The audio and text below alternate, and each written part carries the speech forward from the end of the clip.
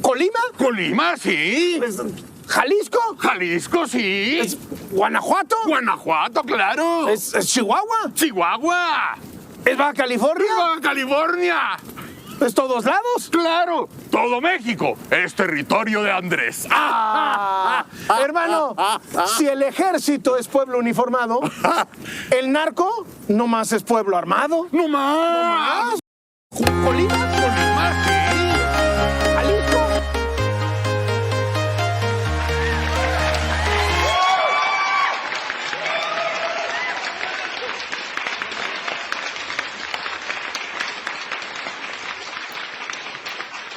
¿Cómo están, amigos? Excelente día, tarde, noche, madrugada. Oigan, estoy como López Obrador. ¿Ya se fijaron que está ronco? ¿Ya lo vieron en las declaraciones de la mañanera? Y se niega a hacerse la prueba COVID. Ups. Dice que es un mal aire. Ay, yo creo que sí tiene COVID López Obrador, pero que ya saben cómo es irresponsable y como no quiere dejar de hacer campaña. En fin. Oigan, terrible lo de los mineros. De último momento cambiaron la jugada.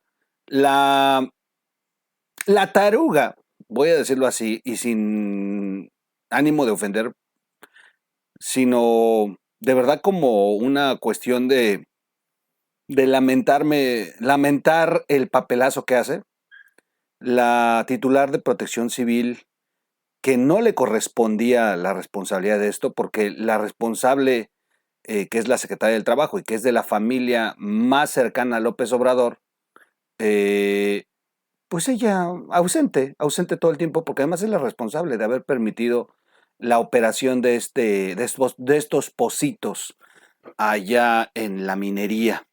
Bueno, pues ya dijeron que puede tardar de 6 a 11 meses el rescate de los mineros.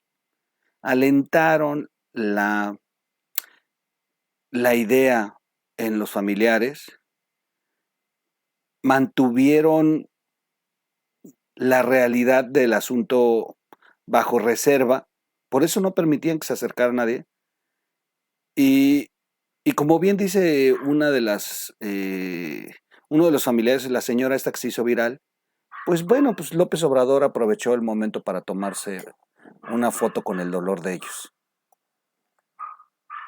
Mi solidaridad para todos, de verdad.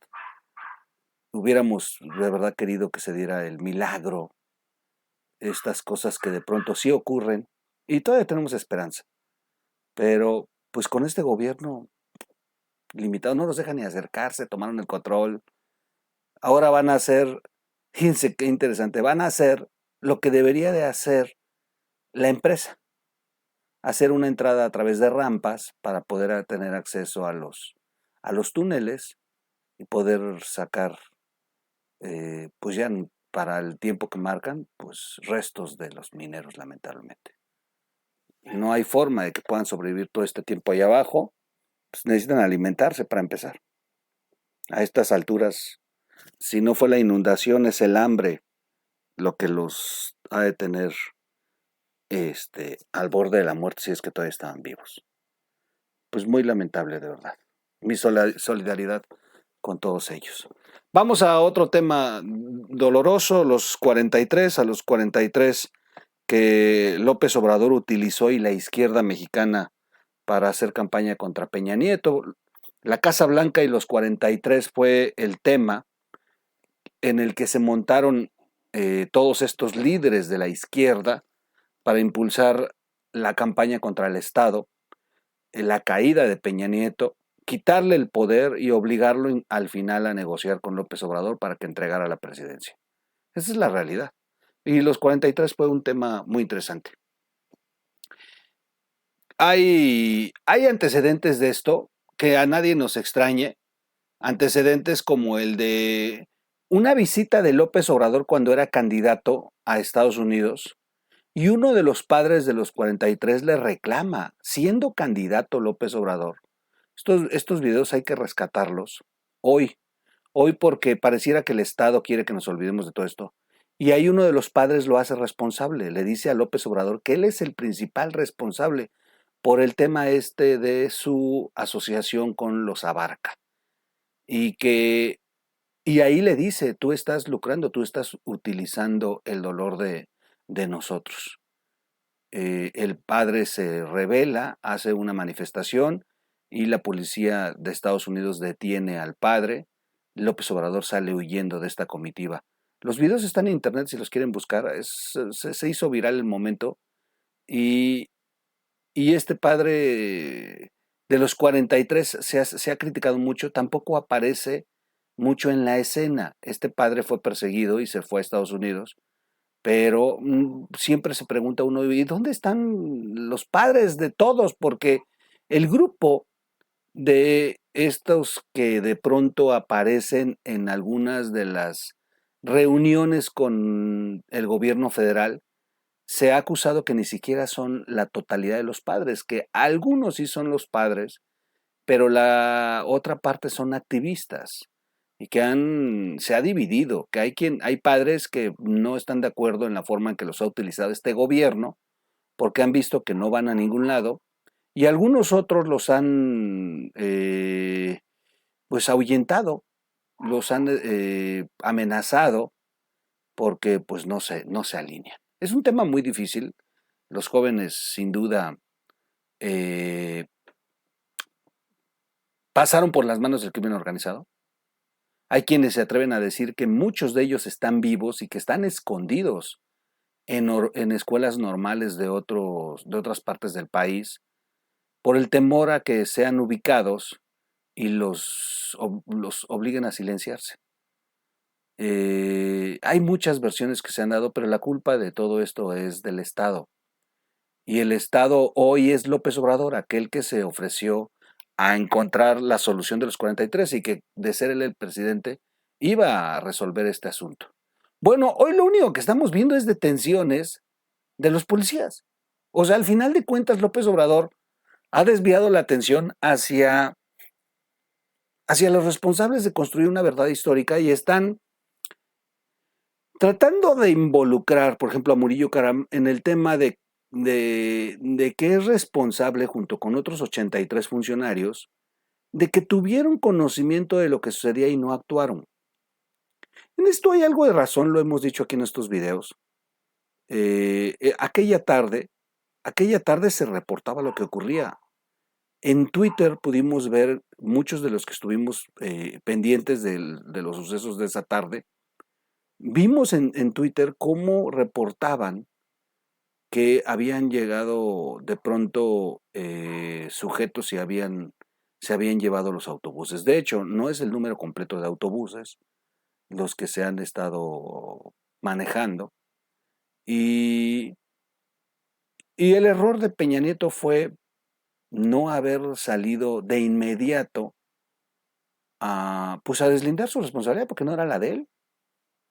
Y segundo, la verdad es que funcionarios cercanos a Peña Nieto cometieron gravísimos errores de comunicación que le permitió a López Obrador y su pandilla echarle la culpa a ellos antes de que la verdad histórica fuera la real. Y la real es que López Obrador tenía relación con el grupo político que gobernaba en esta región donde los jóvenes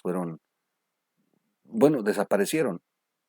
Y quienes eran autoridades eran del PRD, un PRD que dirigía a López Obrador y que fueron sus aliados políticos de él.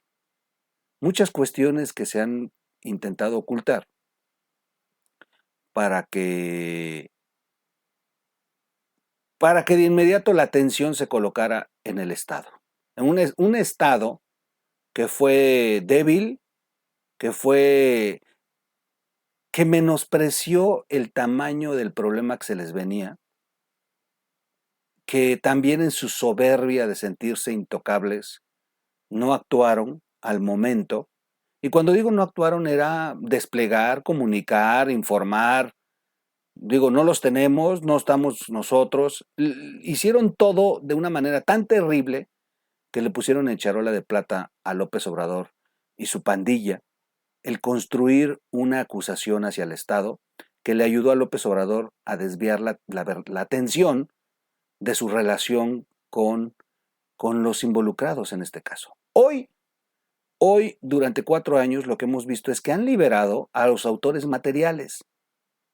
Poco a poco, de manera silenciosa, y bajo el argumento de que fueron torturados y que el proceso fue indebido, han sido liberados autores materiales y sujetos relacionados al crimen organizado. En su lugar, López Obrador ha confirmado hoy, con este movimiento que hace, que no le interesa atrapar a los verdaderos responsables, sino jugar políticamente con esto. Y lo interesante es el silencio de los padres. Lo interesante es que tampoco hemos visto una reacción de los padres de Ayotzinapa en la que se inconformen por lo que está haciendo López Obrador. O sea, para todos es muy claro lo que está ocurriendo y pareciera que para los únicos que no es a los padres. ¿Son todos los padres? Es un grupo dividido de padres con una mezcla de líderes. ¿Hay una negociación con estos líderes previo a darse a conocer el dictamen? ¿Dónde está el resto de los padres? ¿Por qué guardan silencio? ¿Tienen miedo? ¿Están amenazados? ¿Por qué dejamos de ver a algunos actores de esta protesta que al inicio eran los que daban la cara y hoy ni siquiera hay sujetos que se puedan identificar? Solo vemos un grupo de señoras de pronto que bueno, pues la verdad es que no son muy visibles como alguien que lidere esta situación. Lo único que hemos visto es un video de los estudiantes de Ayotzinapa no aceptando lo que acaban de hacer y poniendo en duda lo que el Estado hoy está presentando, que es idéntico a lo que presentó el Estado anterior. Finalmente, el video de lo que vamos a hablar hoy es ¿qué va a pasar con estos militares que están siendo involucrados? 20 aproximadamente. La Fiscalía General de la República ya notificó a la Sedena. ¿Cuál es el destino de ellos? La presentación ante un juez de lo civil. No van a ser ante juzgado militar, van a ser ante juez de lo civil. Primero se les detiene en la justicia militar para que finalmente sean entregados a la justicia civil. ¿Qué va a ocurrir? ¿Qué va a ocurrir en las filas de la Sedena? Porque los verdaderos responsables, y aquí hay que dejarlo muy puntual, si fue el Estado, entonces el Estado significa desde la cabeza hasta los pies. Y el Estado lo representaba el presidente de la República, Enrique Peña Nieto.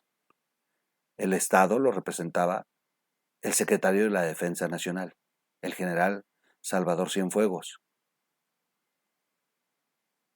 El Estado lo representa el jefe de la zona militar de aquel entonces.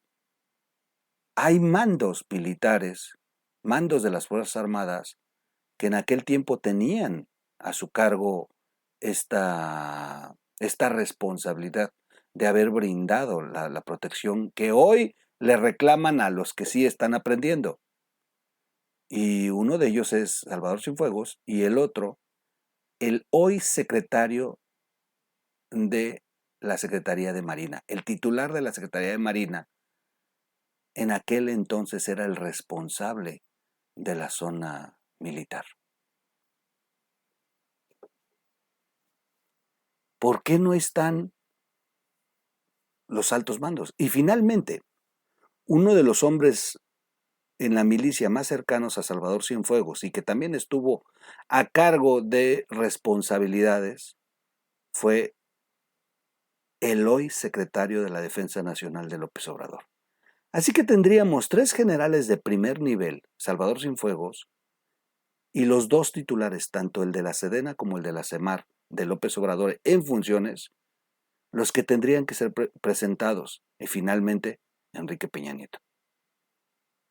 A todos los ha exonerado López Obrador.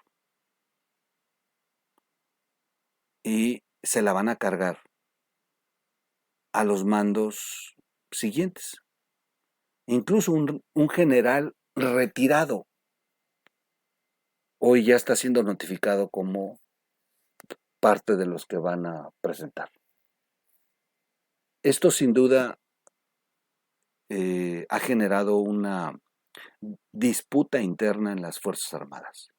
Se sabe por fuentes periodísticas que al interior de la Sedena hay un enfrentamiento muy fuerte entre esta nomenclatura que gobierna la Sedena y los mandos de carrera, que no están de acuerdo en cómo se están haciendo las cosas y que bueno, que la justicia sea selectiva, sí para unos y no para otros. Así que se viene una buena escalada de insubordinaciones en las Fuerzas Armadas que la verdad no sé si López Obrador tuvo 5 minutos para detenerse antes de hacer esta estupidez y que alguien le dijera, irnos por esta ruta nos va a enfrentar. Nos va a enfrentar a varios problemas. Uno, las Fuerzas Armadas van a tener un grave problema de insubordinación por lo que va a ocurrir. Van a tener que entregar generales a elementos que va a pasar al interior de las Fuerzas Armadas. Van a tener la capacidad de controlar la rebeldía dentro de las Fuerzas Armadas por lo que está ocurriendo. Ya de por sí se sabe que hay mucha rebeldía por la forma en que López Obrador los ha expuesto, principalmente en cuestiones de seguridad. Y el segundo punto, está en movimiento esta pésima jugada del ajedrez político de López Obrador, le rebotó a Claudia Sheinbaum. Dentro de estos 83 implicados se encuentra Omar García Harfuch, el secretario de Seguridad Pública de la Ciudad de México, el hombre estrella, el que posiblemente, si Claudia Sheinbaum lograra ser la presidenta de este país, Omar García Harfuch se maneja desde hoy que podría ser el fiscal de la República, tomar el lugar de Gers Manero. De ese nivel. No crean que a García Harfuch lo están considerando para la Secretaría de Seguridad Pública, no, lo están considerando para la Fiscalía General de la República en caso de que sea Claudia la que ganara las elecciones. Lo cierto es que Claudia ha estado vendiendo en las últimas semanas ha estado vendiendo, aquí lo dijimos, que ha conseguido resultados en cuestión de seguridad. Cuestión que es cierta, pero también que tiene una situación que hemos también aquí señalado. A Claudia Sheinbaum es a la única que se le ha permitido no seguir la estrategia de López Obrador. Es decir, en la Ciudad de México no existen los abrazos sino balazos. A declaración del propio Omar García Harfuch, y esto lo ha dicho en varios foros, en uno de ellos fue en Latinus frente a Carlos Loret de Mola, Omar García Harfuch dijo que no a lo... y también a Broso, también con Broso lo mencionó. Harfuch ha dicho que no está de acuerdo con el abrazo sino balazos. Que sí hay que atender las demandas, lo que genera la necesidad de sumarse a las filas del crimen organizado, que sin duda sí hay que atender las causas, pero que también hay que aplicar la ley y que el estado de fuerza debe estar dirigido a aquellos que ponen en riesgo la seguridad de los ciudadanos. Esas son declaraciones de Omar García Harfuch. Esto significa que en el único territorio de este país que se ha permitido no caer en los abrazos y sí responder con balazos ha sido la Ciudad de México. Y eso le ha permitido a Claudia Sheinbaum presentar resultados en proporción y relación al resto del país con mucho mejores resultados en seguridad. Por eso Omar García Harfuch se ha convertido en el héroe de la película. y en uno de los hombres que más está ayudando a mantener la imagen de Claudia Sheinbaum. Resulta completamente estúpido que si Omar García Harfuch es el factor que le está dando puntos positivos a Claudia Sheinbaum, que con ella es muy difícil. Claudia Sheinbaum está llena de negativos, pero si en caso de revisar de pronto puntos positivos, los puntos positivos que ha tenido han sido en cuestiones de seguridad y son gracias a Omar García Harfuch. Si de pronto López Obrador, por construir una cortina de humo, por desviar la atención de otras situaciones, genera este tema de Ayotzinapa, y dentro de la locura que se les ocurrió hacer, se llevan entre las patas a Omar García Harfuch, que aunque Omar García Harfuch salga a decir que él no estuvo, que él estaba en Michoacán, y salga Claudia Sheinbaum a defenderlo, aún así en la fiscalía se sabe que Gers Manero sí lo tiene en los expedientes por cuestiones de testigos protegidos, para variar. La realidad es que dicen que Gers Manero sí le tiene muchas ganas a Omar García Harfuch. Los celos tradicionales de Gers Manero, que es lo único que nos ha mostrado durante esta gestión como fiscal. Por eso vuelvo a insistir, es una estupidez por parte de López Obrador haber hecho movimientos tan erróneos, porque en una de esas Murillo Karam puede terminar saliendo libre en cuestión de 3 meses, puede terminar enfrentándose a las Fuerzas Armadas por generar una disidencia interna y debilitar a los mandos que hoy tiene a sus pies, y finalmente puede terminar desgastando al único personaje en la Ciudad de México que le ha podido construir una imagen positiva a Claudia Sheinbaum. Quédese con nosotros, vamos a platicar sobre este malestar de los militares allá en Lomas de Sotelo, allá en la zona militar. Regreso de inmediato después de nuestro tradicional intro. No me tardo.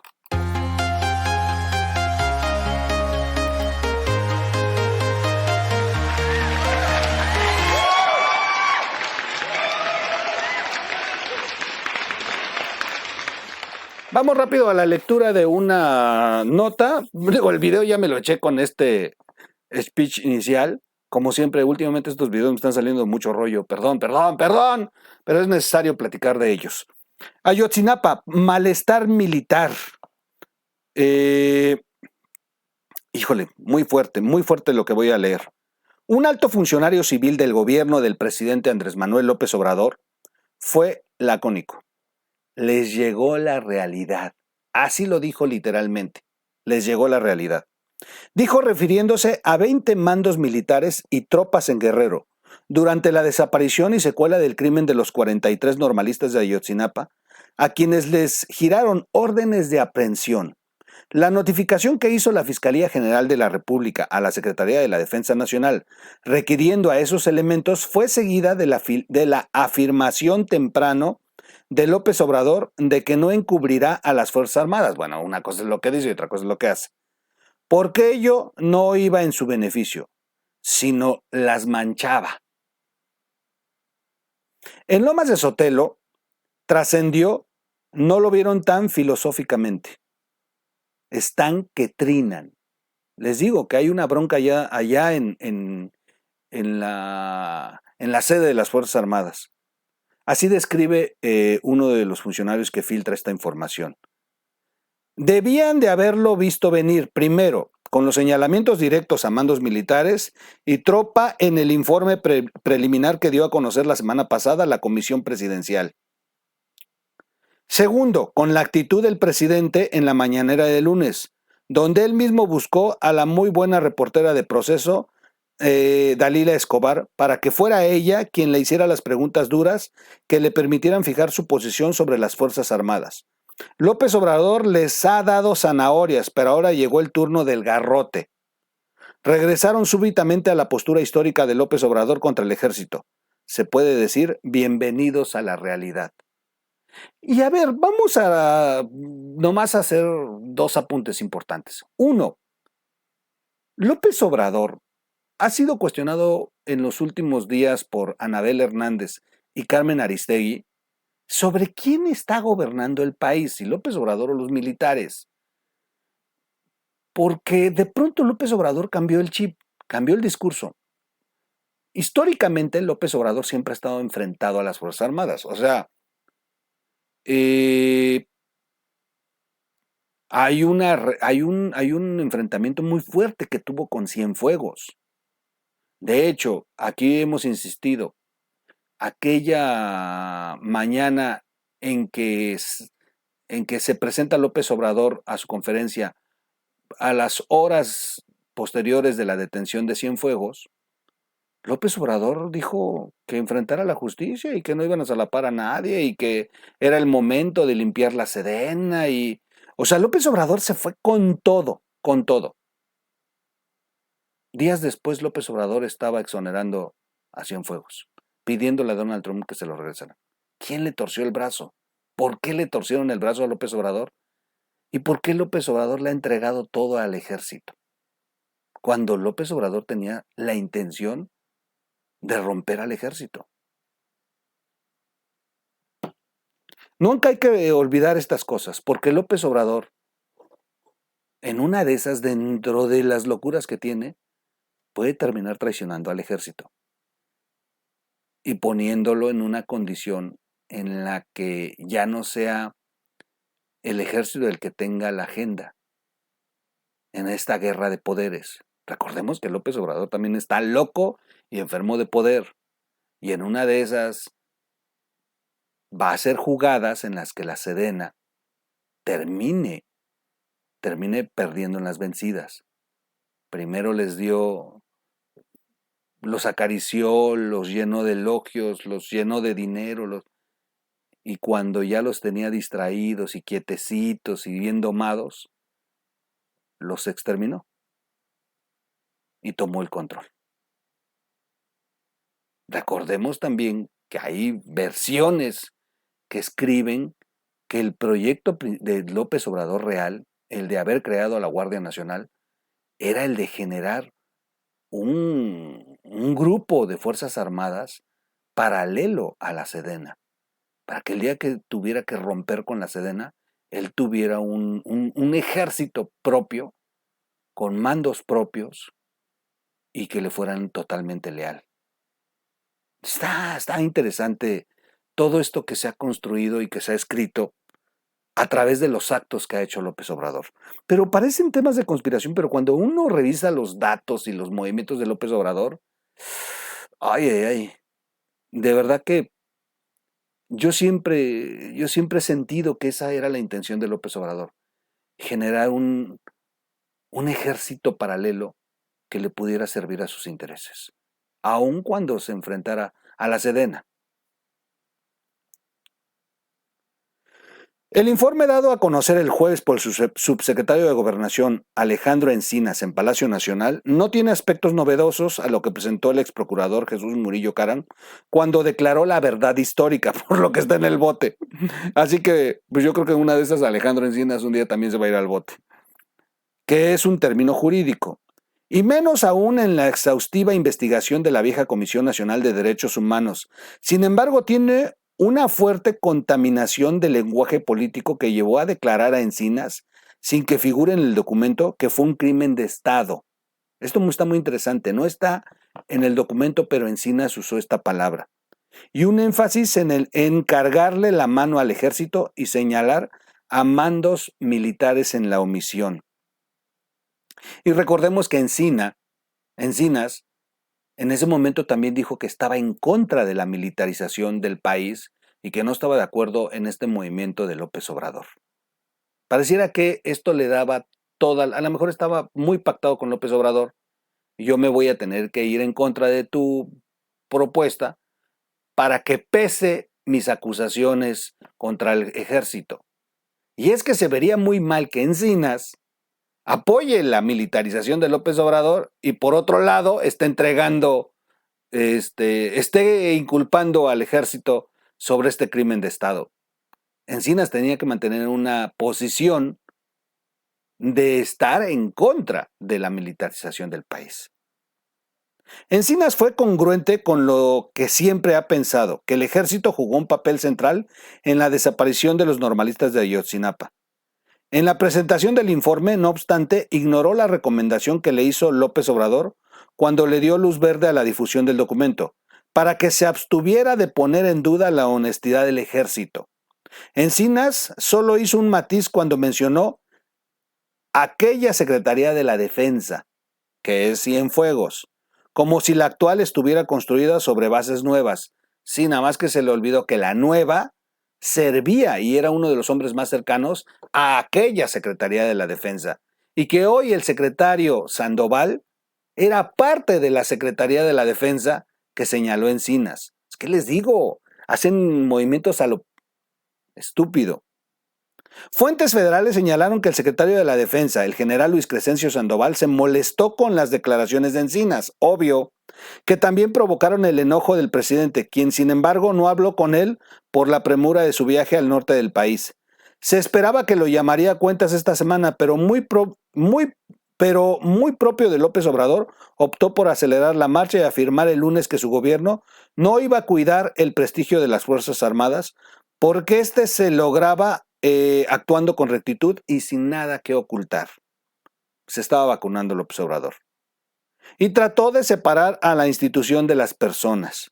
Pero la narrativa de que fue el Estado el responsable del crimen dejó en el centro de la imputación política a los militares. Mala jugada. Mala jugada para ellos, que han estado tratando de ganarse al ejército. En la narrativa del informe se menciona directamente al entonces comandante de la 35ª Zona Militar de Chilpancingo, el general Alejandro Saavedra Hernández, quien aparece como enlace operativo para desarrollar la investigación que líneas antes, en la crítica a la verdad histórica, la detalla como una acción concertada desde el aparato organizado del poder.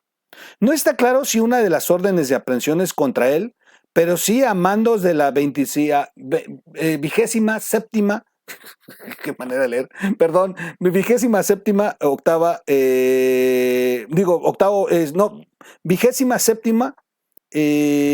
Batallón de Infantería en Iguala, está leyendo otro renglón, cuando se cometió el crimen, y del Batallón de Infantería de Teloapan, creado en octubre del 2018 para reforzar la seguridad en los municipios de la región norte y Tierra Caliente de Guerrero. Lo que sí está claro es que procederán contra generales en activo. Hernández Saavedra es general divisionario y director del Instituto de Seguridad Social de las Fuerzas Armadas. Y entonces, jefe de este batallón. Jesús Rodríguez Pérez es general brigadier y jefe de operaciones de la Secretaría de la Defensa. O sea, son militares en funciones.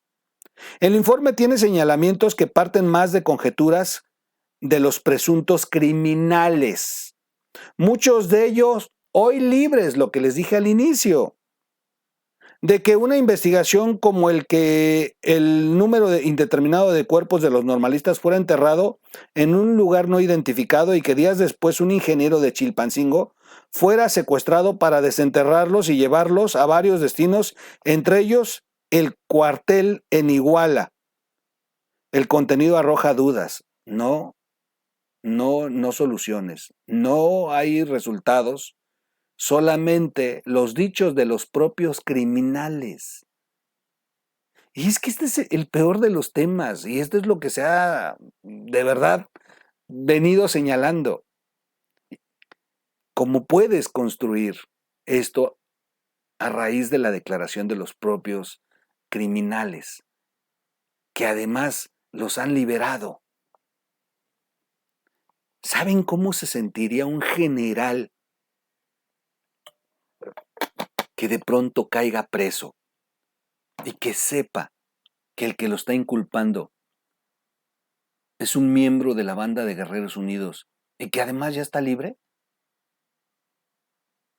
Híjole, de verdad que López Obrador se va a meter un balazo en el pie.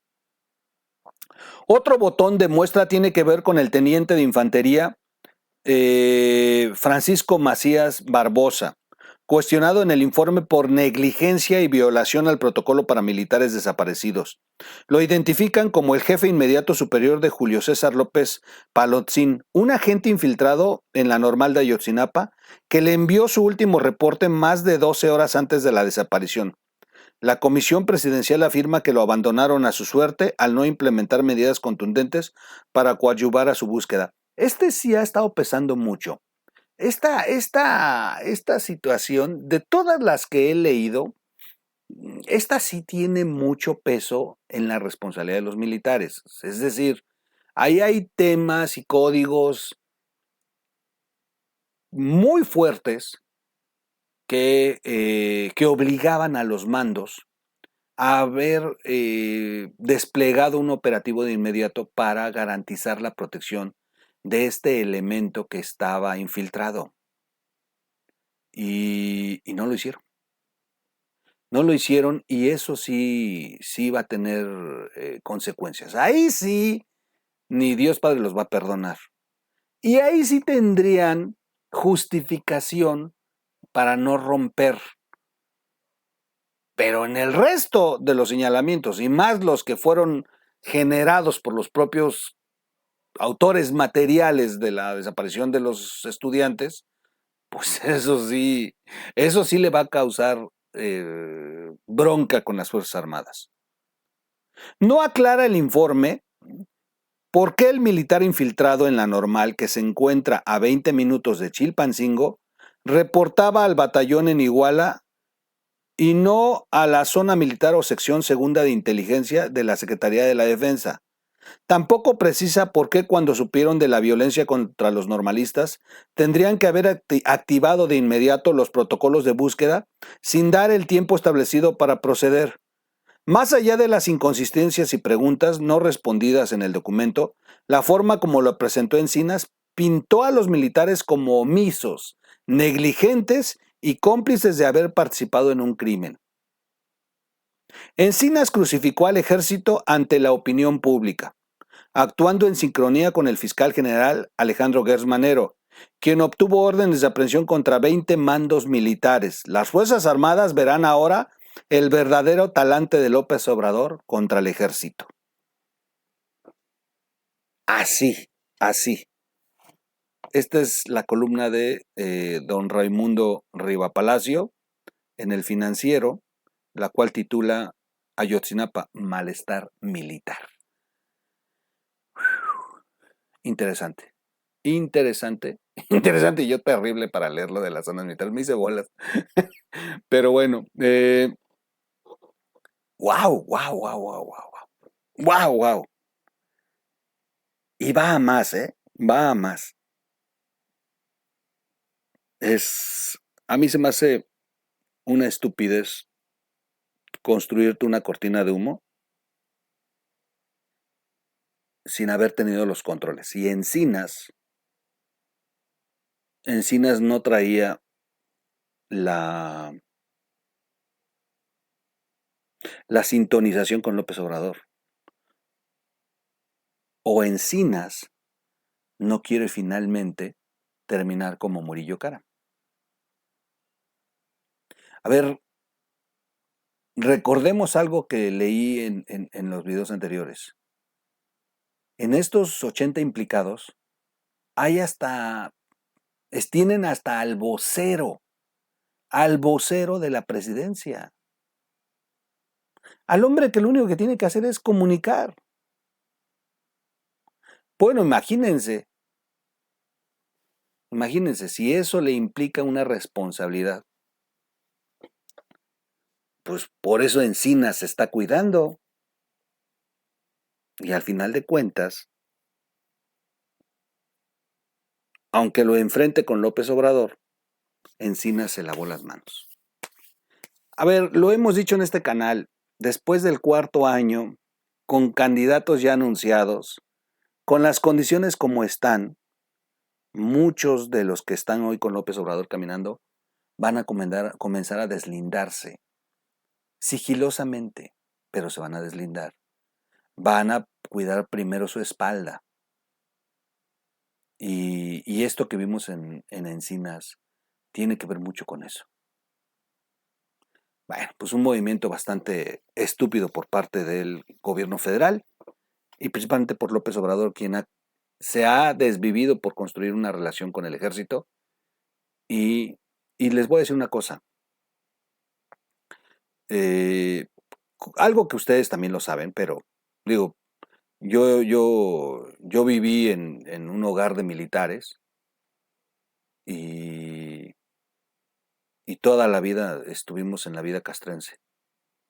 Sin duda los militares, aunque tengan hoy todo el dinero de López Obrador para las obras, eso no lo va a salvar de que los militares se enojen cuando están manchando el prestigio de la institución. Porque son unos cuantos los militares que se están enriqueciendo, no todo el completo. Pero un señalamiento como este, y ver que compañeros de ellos caigan para que se salve el presidente, y que incluso no estén los verdaderos responsables, eso, por más dinero que les haya entregado López Obrador, no lo va a salvar de que se dé disidencia en las Fuerzas Armadas. Vamos a ver cómo lo corrigen. Vamos a ver qué va a hacer Sandoval para corregir esto y el secretario de Marina. Y cómo se justifican frente a sus generales, frente a la tropa.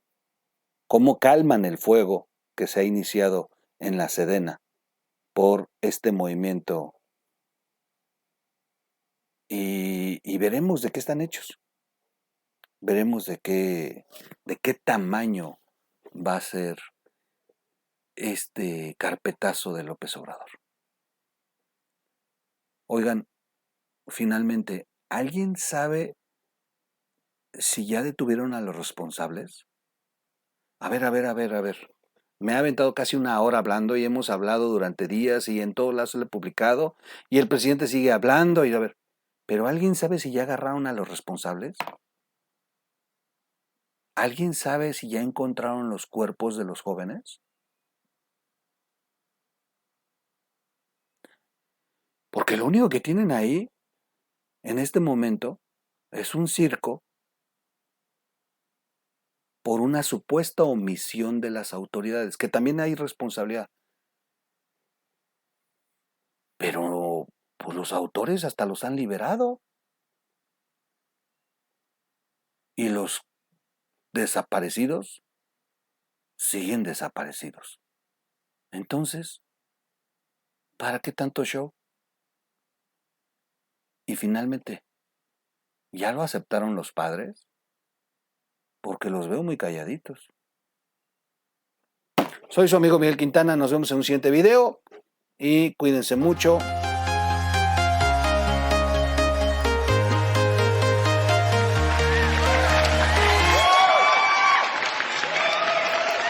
Soy un idiota, puse mi entrada.